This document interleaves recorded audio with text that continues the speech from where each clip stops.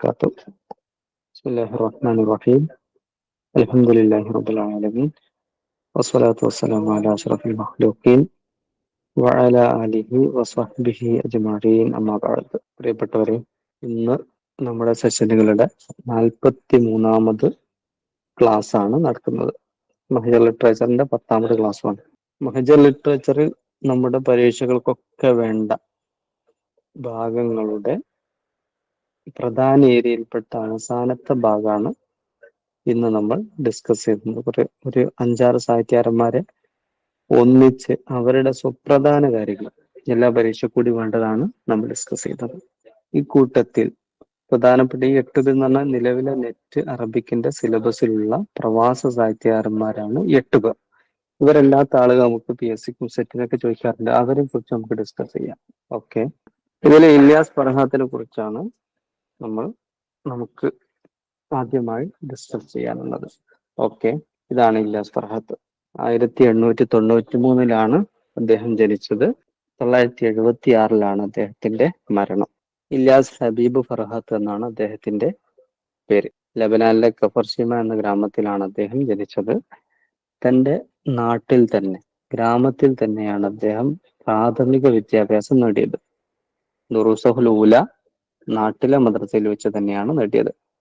പിന്നീട് അധികം താമസിയാതെ പഠനം ഉപേക്ഷിക്കേണ്ടി വന്നു.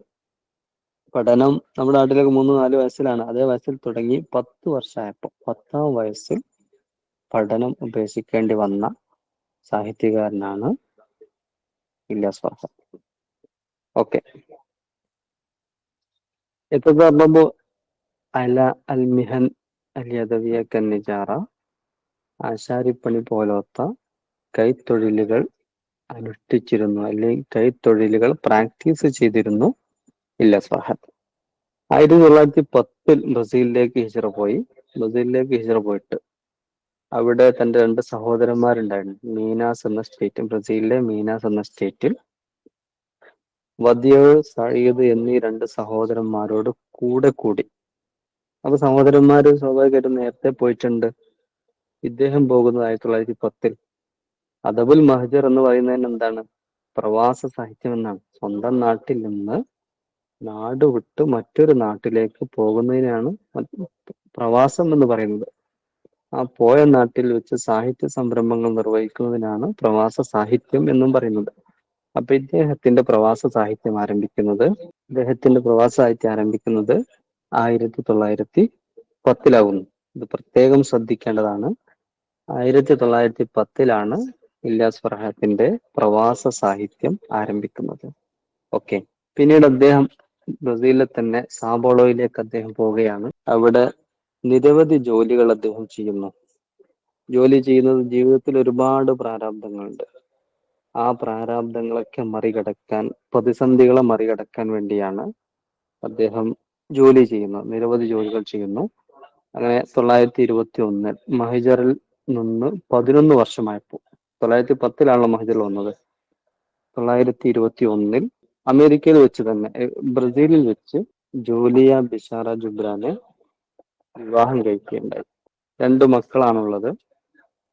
2 പെൺമക്കളുണ്ട്. ലൈല, സ്വാദ് എന്നീ 2 പെൺമക്കൾ അദ്ദേഹത്തിനുണ്ട്. ഓക്കെ, ഖാലിദ് ഉസാം ഇബ്നഹു, ഖാലിദ് ഉസാം എന്നീ 2 ആൺമക്കളുമാണ് അദ്ദേഹം ഉള്ളത്. പിന്നെ സാഹിത്യ മേഖലയിലേക്ക് കടന്നു വരുമ്പോൾ 919 തൗഫീഖ് ബഹുവിന്റെ കൂടെ അൽ ജദീദ് എന്ന മാഗസിൻ അദ്ദേഹം പ്രസിദ്ധീകരിക്കുകയുണ്ടായി.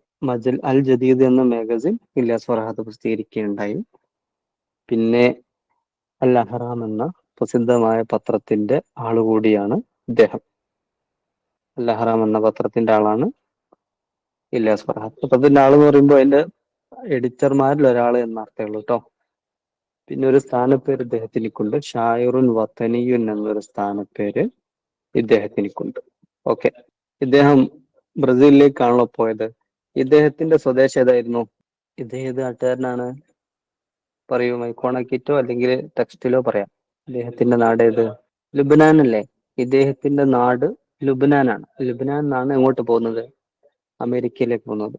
നാം സൂചിപ്പിച്ചല്ലോ, മിക്ക മഹജർ സാഹിത്യകാരന്മാരും ലുബ്നാനുകാരാണ്. മിക്ക സാഹിത്യകാരന്മാരും ലുബനാനുകാരാണ്. എന്നാൽ കുറച്ച് സാഹിത്യകാരന്മാര് ലുബനാൻ അല്ലാത്ത രാജ്യങ്ങളിൽ നിന്നും വന്നവരുണ്ട്. അതേതൊക്കെയാ? നിങ്ങൾക്ക് പറയാട്ടോ, അവസരം വിനിയോഗിക്കാം.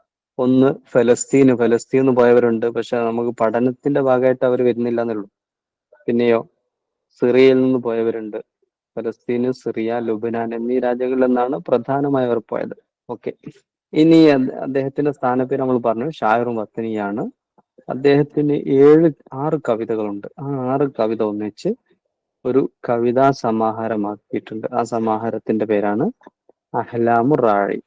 അഹ്ലാമു റാഴിയാണ് ആ കവിതാ സമാഹാരത്തിന്റെ പേര്. പിന്നെ മറ്റൊന്ന് അൽ ജദീദ് എന്നൊരു മാഗസിൻ നേരത്തെ നമ്മൾ പറഞ്ഞില്ലേ? പറഞ്ഞു. ജദീദ് എന്നൊരു മാഗസിൻ നേരത്തെ നമ്മൾ പറഞ്ഞു. വർഷടക്കമാണ് നമ്മൾ പറഞ്ഞുള്ളത്. 1919 അൽ ജദീദ് എന്ന മാഗസിൻ തൗഫീഖ് ലൗനും ചേർന്ന് പ്രസിദ്ധീകരിച്ചത്. എന്നാൽ മറ്റൊരു മാഗസിൻ ഇതാ വരുന്നു. അൽ മുഖരിഅ എന്ന പത്രത്തിന്റെ എഡിറ്റർ ആയിരുന്നു ഇദ്ദേഹം. ഇല്യാസ് ഫർഹത്ത് അൽ മുഖരിഅ എന്ന പത്രത്തിന്റെ എഡിറ്റർ ആയിരുന്നു. 1900 പറയാണ്ടെങ്കിൽ മൈക്കോണേക്ക് പറയാട്ടോ. 1948 മജ്മു ഫുആദ് ലവലിന്റെ ഒരു കവിതാ പുരസ്കാരം ഇദ്ദേഹത്തിന് ലഭിക്കുകയുണ്ടായി. 1948 കേട്ടോ. ഓക്കെ. ഇനി ഇദ്ദേഹം റഷീദ് സലീം അൽ ഖൂരിയുടെ ഖദിമ സൂരിയ മാ റഷീദ് സലീം അൽ ഖൂരി ബിദഅവതി മിൻ ഹുക്കുമത്തിഹ ആമ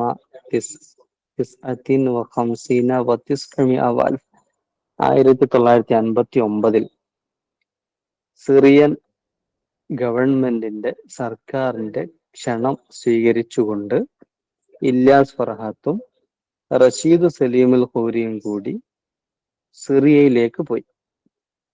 രണ്ടുപേരെയും ക്ഷണിച്ചത് സിറിയൻ സർക്കാരാണ്. അങ്ങനെ 1959 പോയി 1960 1959 ആയിട്ട് ഒരു വർഷം സിറിയ, ലബനാന്, മിസ്ർ എന്നീ 3 രാഷ്ട്രങ്ങളുമായിട്ട് ചുറ്റിക്കറങ്ങി. ഇല്യാസ് ഫർഹാത്ത് ചുറ്റിക്കറങ്ങി. കൂടെ റഷീദ് സലീം അൽ ഖൂരി ഉണ്ട് സിറിയയിലേക്ക്. അങ്ങനെ ഒരു വർഷമായിട്ട് ചുറ്റിക്കറങ്ങി. എന്നിട്ട് ബ്രസീലിലേക്ക് തിരികെ വന്നു. 1959 പോയ ആള് 1960 തിരികെ വന്നു. ആദ്യമായിട്ട് ഏത് വർഷമായിരുന്നു ഇദ്ദേഹം ബ്രസീലിലേക്ക് പോയിരുന്നത്? പ്രവാസ സംരംഭം എന്ന് പറയുന്ന വർഷം ഏതായിരുന്നു? യെസ്, 1910. 1910 ബ്രസീലിലുള്ള തന്റെ സഹോദരന്മാരുടെ അടുത്തേക്ക് ലുബനാനിൽ നിന്നും ഇല്യാസ് ഫർഹാത്ത് ആദ്യമായി പോകുന്നത്. അങ്ങനെ ബ്രസീലിലെ ജാനിബി ഉസ്രത്തി ഫി ഹീനി, അതേസമയം ബഖിയൽ ഖുറവി സനവാത്ത്, അതേസമയം റഷീദ് സലീം അൽ ഖൂരി ഉണ്ടല്ലോ, അദ്ദേഹം ഖുറവി എന്ന് പറയുന്നത് എന്തിനാ? ഖുറവി എന്ന് പറയുന്നത് എന്തുകൊണ്ടാണ്? റഷീദ് സലീം അൽ ഖൂരിയുടെ സ്ഥാനപ്പേരാണ് അഷായറുൽ ഖുറവി. റഷീദ് സലീം അൽ ഖൂരിയുടെ സ്ഥാനപ്പേരാണ് അഷായറുൽ ഖുറവി. അപ്പോ അതേസമയം റഷീദ് സലീം അൽ ഖൂരി, ഷായറുൽ ഖുറവി എന്ന സ്ഥാനപ്പേരുള്ള റഷീദ് സലീം അൽ ഖൂരി വർഷങ്ങളോളം അവിടെ നിന്നു. എവിടെ നിന്നു? സിറിയയിൽ നിന്നു. ബ്രസീലിലേക്ക് ഇല്യാസ് ഫർഹാത്ത് ഒരു വർഷം ലബനാനും മിസ്റും സിറിയൊക്കെ ചുറ്റിക്കറങ്ങിയിട്ട് ഒരു വർഷം ചുറ്റിക്കറങ്ങി ബ്രസീലിലേക്ക് തന്നെ തിരികെ വന്നു. എന്നാൽ അതേസമയം റഷീദ് സലീം അൽ ഖൂരി അവിടെ തന്നെ എന്ന് പറഞ്ഞാൽ സിറിയയിൽ തന്നെ നിന്നു. ഓക്കെ.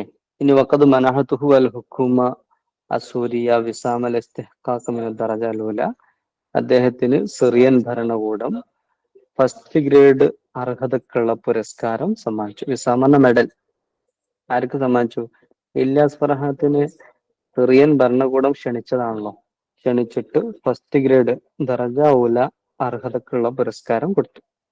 ഓക്കെ. ഷായറുൻ നമ്രൂദ് എന്നൊരു സ്ഥാനപ്പേര് കൂടി ഇദ്ദേഹത്തിനുണ്ട്. നേരത്തെ ഒരു സ്ഥാനപ്പേര് നമ്മൾ പറഞ്ഞു, അതേതാ?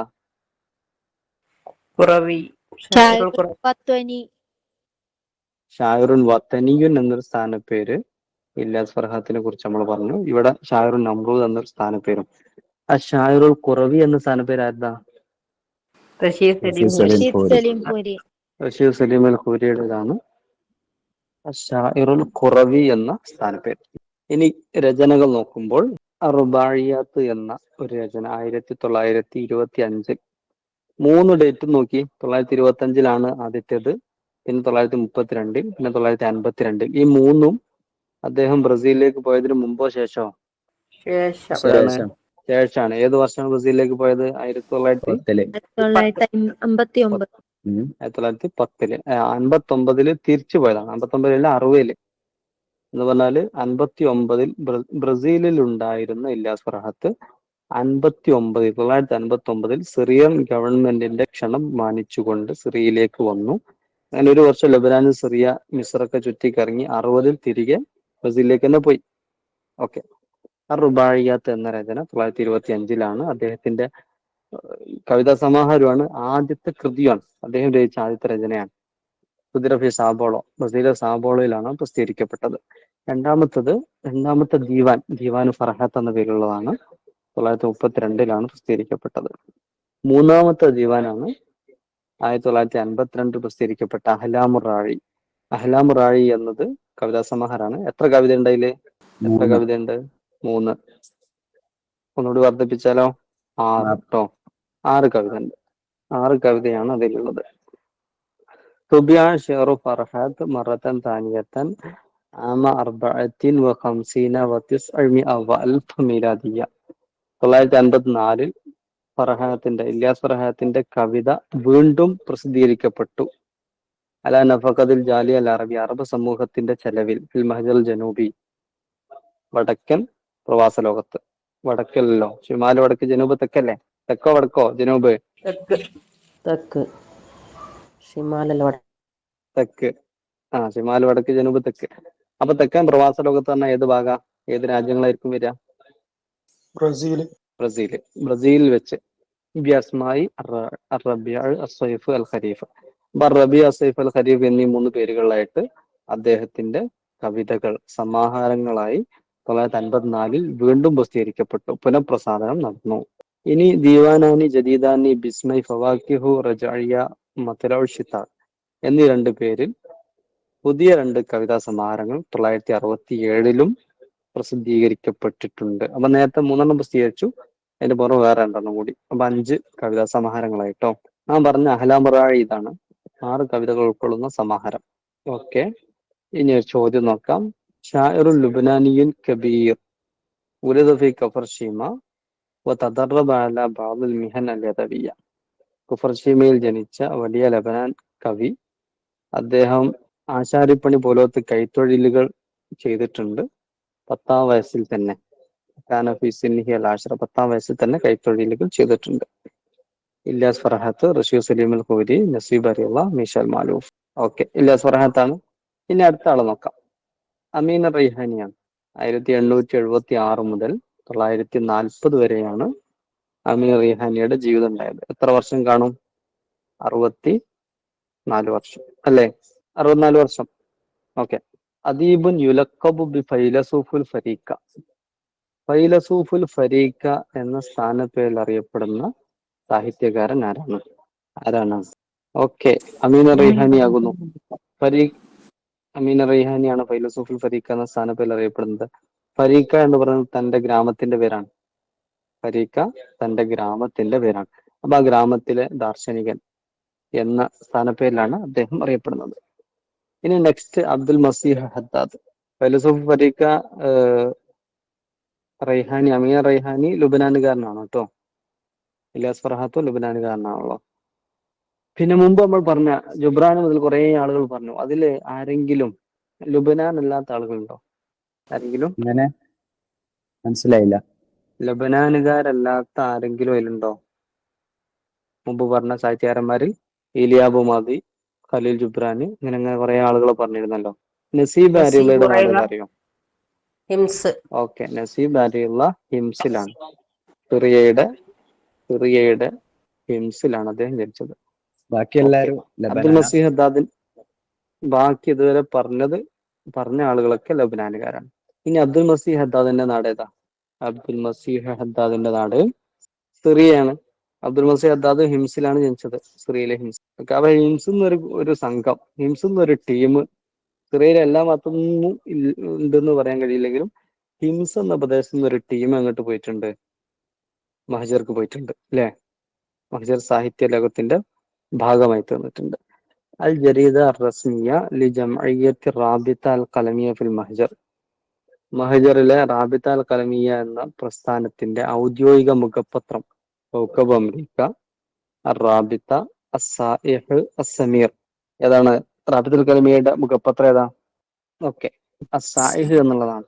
അസ്സായിഹ് എന്നുള്ളതാണ് കേട്ടോ റാബിത്തുൽ കലമിയയുടെ മുഖപത്രം.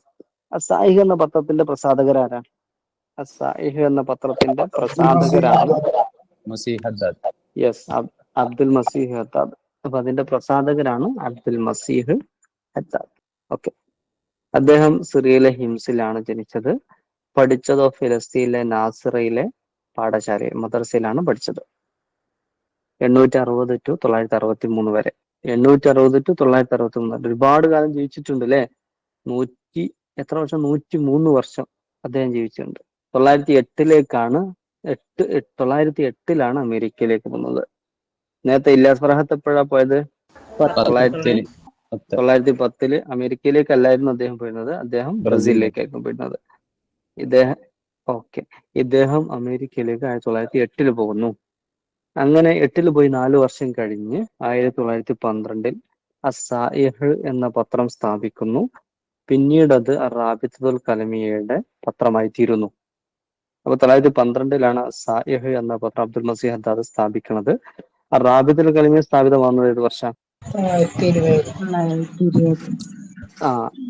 1920 റാബിത്തുൽ കലമിയ സ്ഥാപിതമാകുന്നത്. അപ്പൊ 20 സ്ഥാപിതമാകുമ്പോൾ അതിന്റെ മുഖപത്രമായി തീരുകയാണ്. ഇന്നമ്മ അബ്ദുൽ മസീഹ് ഹദ്ദാദ് ഭാഗമായി ചേർന്നു ഇലൽ റാബിത്തുൽ കലമിയ, റാബിത്തുൽ കലമിയന്റെ ഭാഗമായി, റാബിത്തുൽ കലമിയയുടെ മെമ്പറായി. ലല്ല യുഹരിറു ജരീദത സായിഹ് നഹ്വ 45 ആണ്. ഈ അസായിഹ് എന്ന പത്രം 48 വർഷത്തോളം അബ്ദുൽ മസീഹ് ഹദ്ദാദ് തന്നെ എഡിറ്റിംഗ് നിർവഹിച്ചിട്ടുണ്ട്. എന്ന് പറഞ്ഞാൽ റാബിത്തുൽ കലമിയുടെ മുഖപത്രം ആകുമ്പോഴും അതിന്റെ എഡിറ്റിംഗ് നിർവഹിച്ചത് ആര് തന്നെയാണ്? അബ്ദുൽ മസീഹ് ഹദ്ദാദ് തന്നെയാകുന്നു. പിന്നെ പ്രധാന രചനകൾ നോക്കുമ്പോൾ ഹിക്കായാത്തുൽ മഹ്ജർ, ഇന്തിബാഅത്തു മുഖ്തരിബ് എന്നിങ്ങനെയൊക്കെ അദ്ദേഹത്തിന്റെ രചനകൾ നമുക്ക് കാണാൻ സാധിക്കും. ഇനി ഫൗസിൽ മാലൂഫാണ്. 1899 to 931. അധികം ആയുസ് അദ്ദേഹത്തിന് കിട്ടിയിട്ടില്ലല്ലോ. 31 വർഷം അദ്ദേഹം ജീവിച്ചിട്ടുള്ളൂ. എന്നാൽ കുറഞ്ഞ കാലയളവിൽ തന്നെ പ്രഗത്ഭരായ സാഹിത്യകാരന്മാരുടെ ഗണത്തിൽ അദ്ദേഹത്തിന് ഇടം കിട്ടി എന്നുള്ളതാണ്. അപ്പൊ അദ്ദേഹത്തിന്റെ ഒരു വൈഭവം, സാഹിത്യ വൈഭവം അനിതര സാധാരണമായിരിക്കും. ഓക്കെ, ഷായറുൽ ലുബ്നാനിയും ലുഖീബ ബി ഷായറുൽ മൽഹമാത്ത്, ഷായറുൽ മൽഹമാത്ത് എന്ന പേരിൽ അറിയപ്പെടുന്ന എന്ന സ്ഥാനപ്പേരുള്ള ലുബനാൻ സാഹിത്യകാരൻ, ലുബനാൻ കവി ആരാകുന്നു? ഫൗസി അൽ മാലൂഫ്, മീഖായിൽ മാണിമ, George Saidah, Ilyas Abu Shabaka. Okay, Fawzi al Maalouf ആണ്. ഫൗസി അൽ മാലൂഫ് ആകുന്നു. അദ്ദേഹത്തിന്റെ സ്ഥാനപ്പേര് ഷായറുൽ മൽഹമാത്ത് എന്നുള്ളതാകുന്നു. നേരത്തെ ഫൈലസൂഫുൽ ഫരീഖ എന്ന് പറഞ്ഞല്ലോ, അതാരാണ്? അമീനു റൈഹാനി. അമീനു റൈഹാനിയാണ് കേട്ടോ, അമീനു റൈഹാനിയാകുന്നു. ജോർജ് സൈദഹ് അദ്ദേഹത്തിന്റെ വർഷം 1893 മുതൽ 1978. കുറച്ചു കാലൊക്കെ അദ്ദേഹം ജീവിച്ചിട്ടുണ്ട്. ഒരു 80-85 വർഷം എന്നൊക്കെ വേണമെങ്കിൽ പറയാം. ചോദ്യം നോക്കി. മിൻ മുഅല്ലഫാത്തി മുഅസ്സിസ് റാബിത്ത അൽ അദബിയ സനത 49 ജോർജ് സൈദഹ്. 949 സ്ഥാപിതമായ റാബിത്ത അൽ അദബിയയുടെ സ്ഥാപകനായ ജോർജ് സൈദഹിന്റെ രചനകളിൽ പെട്ടത് ഏതാകുന്നു? അൽ ഉദബാ ഉൽ മഹാജർ, അദബുന വ ഉദബാഉന ഫിൽ മഹാജർ അൽ ഹംദിക്കിയ, ഹിക്കായത്തുൽ ഗരീബ്, ഹിയ ദുനിയ. ഓക്കെ, ഏതാണ്? അദബുന വ ഉദബാഉന ഫിൽ മഹാജർ അൽ അംരിക്കിയ എന്ന കൃതിയാണ്. അദബുന വ ഉദബാഉന ഫിൽ മഹാജർ അൽ അംരിക്കിയ എന്ന കൃതിയാണ് ജോർജ് സൈദഹിന്റെ കൃതി. ഓക്കെ, ഇനി അതിന്റെ കൂടെ നമ്മൾ ശ്രദ്ധിക്കേണ്ടത് റാബിത്തത്തുൽ അദബിയ എന്നൊരു സംഘടന കൂടി ഉണ്ടായിരുന്നു. 1949 റാബിത്തത്തുൽ അദബിയ സ്ഥാപിതമായത്. അതിന്റെ സ്ഥാപകൻ ആരാണ്? സ്ഥാപകനാണ് ഈ പറഞ്ഞ ആൾ, ജോർജ് സൈദഹാണ് സ്ഥാപകൻ. 1949 എവിടെയാണ് സ്ഥാപിതമായതെന്ന് അറിയോ? അർജന്റീന. അമേരിക്ക. യെസ്, അർജന്റീനയിലാണ് സ്ഥാപിതമായത്. കേട്ടോ, അർജന്റീനയിലാണ് സ്ഥാപിതമായത്. അടുത്ത ആള് ഇല്യാസ് അബൂ ഷബക്ക. ഇനി ഒന്ന് രണ്ടാൾ കൂടിയുള്ളൂ. 903 ജനിക്കും, 947 മരിക്കുകയും ചെയ്തു. 44 വർഷം മാത്രമാണ് അദ്ദേഹത്തിന് ഉണ്ടായിട്ടുള്ളത്. ഓക്കെ, അദ്ദേഹം ജീവിച്ചിട്ടുള്ളൂ, കുറഞ്ഞ കാലം ജീവിച്ചിട്ടുള്ളൂ. ആ ചേലും കോലൊക്കെയാണ് കാണുന്നത് അല്ലെ. സാഹിബ് അഫായി അൽ ഫിർദോസ്. അഫായി അൽ ഫിർദോസ് എന്ന കവിതാ സമാഹാരത്തിന്റെ രചയിതാവ് ആരെ? ഫൗസിൽ മാലൂഫ്, നവീർ ദൈത്തൂൻ, George Saidah, Ilyas Abu Shabaka. Okay, Ilyas Abu ഷബക്കയാകുന്നു. അഫായിൽ ഫിർദൗസ് എന്ന കവിതാ സമാഹാരത്തിന്റെ രചയിതാവ്. കവിതാ സമാഹാരമാണ്, ദീവാനാണ് കേട്ടോ. ഇല്യാസ് അബൂ ഷബക്കയാകുന്നു. നവീർ സൈത്തൂൻ അടുത്തയാൾ. 1901 ടു 1967 വരെ 66 വർഷമാണ് അദ്ദേഹം ജീവിച്ചത്. 66-67 വർഷം. നളീർ സൈത്തൂൻ അദീബുൻ സൂരിയുൻ ഷാറക ഫി തഅസീസി ടാച്ച്. നളീർ സൈത്തൂൻ സിറിയൻ സാഹിത്യകാരനാണ്. താഴെയുള്ള ഏതോ ഒരു സ്ഥാപനത്തിന്റെ സംസ്ഥാപനത്തിൽ അദ്ദേഹം പങ്കെടുത്തിട്ടുണ്ട്. ആരാണ്? രൂപീകരണത്തിൽ അദ്ദേഹം പങ്കെടുത്തിട്ടുണ്ട്. മദ്രസത്തുൽ ദീവാൻ, റാബിത്തുൽ കലമിയ, അൽ ഉസ്ബ അൽ അന്തലുസിയ, റാബിത്തുൽ അദബിയ. ഓക്കെ, ഇത്ര നോക്കാം. അൽ ഉസ്ബ അൽ അന്തലുസിയാണ്. അൽ ഉസ്ബ അൽ അന്തലുസിയാണ്. ഇവിടെ സാഹിത്യകാരന്മാരെ കുറിച്ചൊക്കെ പറഞ്ഞപ്പോ ലുബനാനുകാരാണ് കൂടുതൽ ആളുകൾ ഉണ്ടായിരുന്നത്. മിസ്റുകാരായിട്ടുള്ള കുറച്ച് ആളുകളുണ്ട് അല്ലെ. ആദ്യം പറഞ്ഞ ആളാരായിരുന്നു? നസീബ് അരിയുള്ള. നസീബ് അരിയുള്ള മിസ്റുകാരനാണ്. മിസ്റല്ല, സിറിയക്കാരനാണ്. സിറിയ.